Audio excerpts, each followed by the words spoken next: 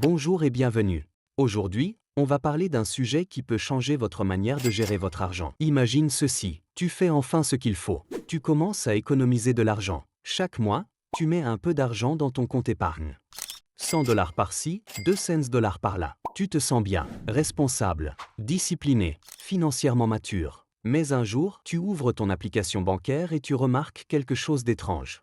Ton compte épargne contient 10 000 $ et il rapporte environ 0,5% d'intérêt, ce qui signifie qu'après une année entière, tu as gagné 50 $. Pendant ce temps, tu entends constamment des gens parler d'investissement, d'actions, de fonds indiciels, de croissance composée, et soudain tu commences à te demander « Attends, est-ce que je fais les choses de la mauvaise manière ?» Parce qu'économiser de l'argent, c'est bien, mais économiser seul construit rarement une vraie richesse.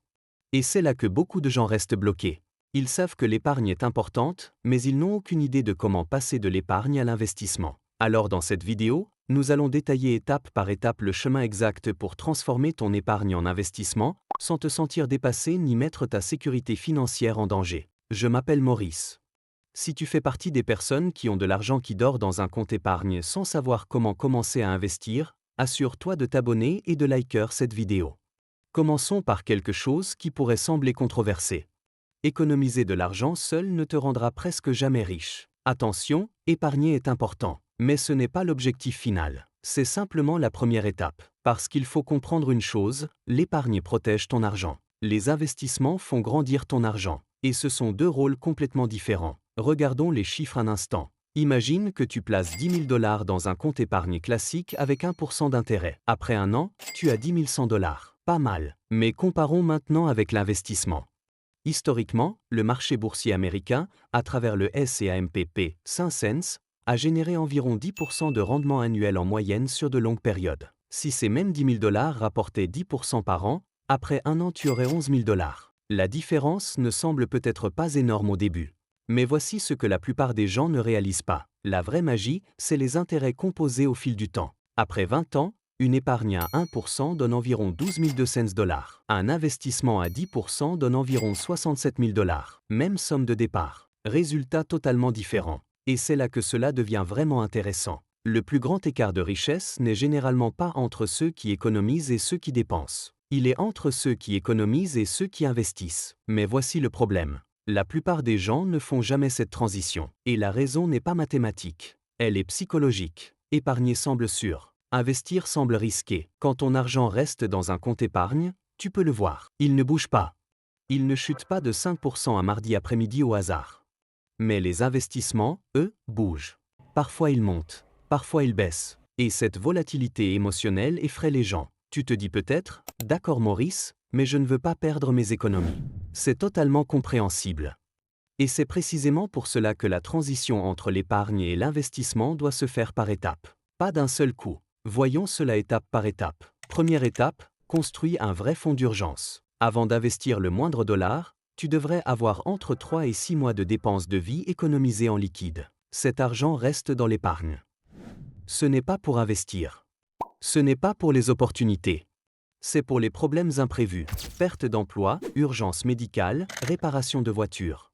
Parce que voici ce que beaucoup ignorent. La principale raison pour laquelle les gens vendent leurs investissements dans la panique, c'est qu'ils ont besoin de cet argent trop tôt. Un fonds d'urgence protège tes investissements contre les imprévus de ta propre vie. Deuxième étape, sépare mentalement l'épargne et l'investissement. C'est énorme. Considère-les comme deux seaux différents. Seau numéro 1, l'argent de sécurité.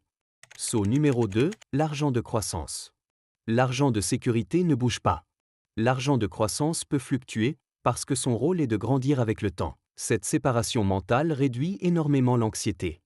Troisième étape, commence petit. Beaucoup de débutants pensent qu'il faut des milliers de dollars pour investir. C'est faux. De nombreuses plateformes permettent de commencer avec 50 ou 100 $. Le but au début n'est pas de faire des profits énormes. Le but est de construire l'habitude. Parce que les habitudes comptent plus que le timing.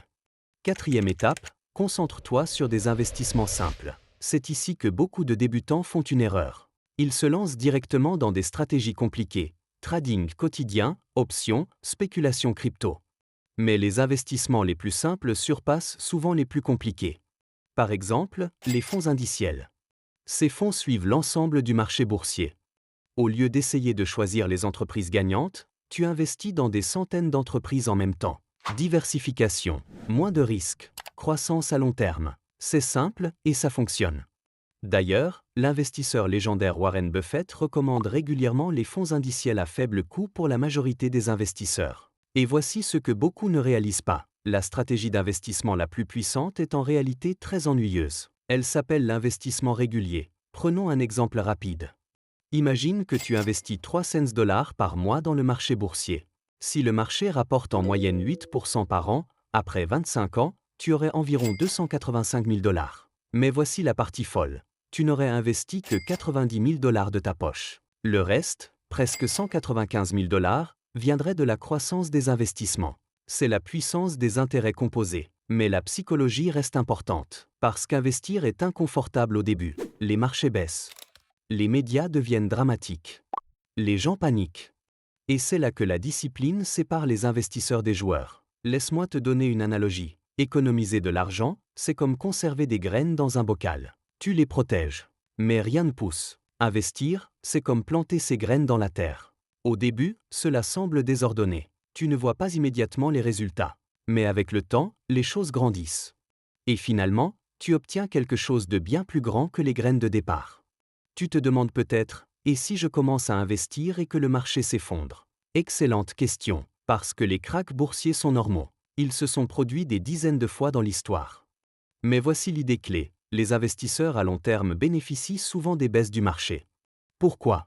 Parce que lorsque les marchés chutent, tes investissements mensuels achètent plus d'actions à des prix plus bas. Ce qui peut conduire à de meilleurs rendements lorsque les marchés remontent. C'est pourquoi beaucoup d'investisseurs expérimentés restent calmes pendant les périodes de volatilité. Ils pensent en décennies, pas en jours. Alors résumons le chemin étape par étape. Construis un fonds d'urgence de 3 à 6 mois. Sépare ton argent entre sécurité et croissance. Commence à investir de petites sommes régulièrement. Concentre-toi sur des investissements simples à long terme comme les fonds indiciels. Reste discipliné et laisse le temps aux intérêts composés de travailler.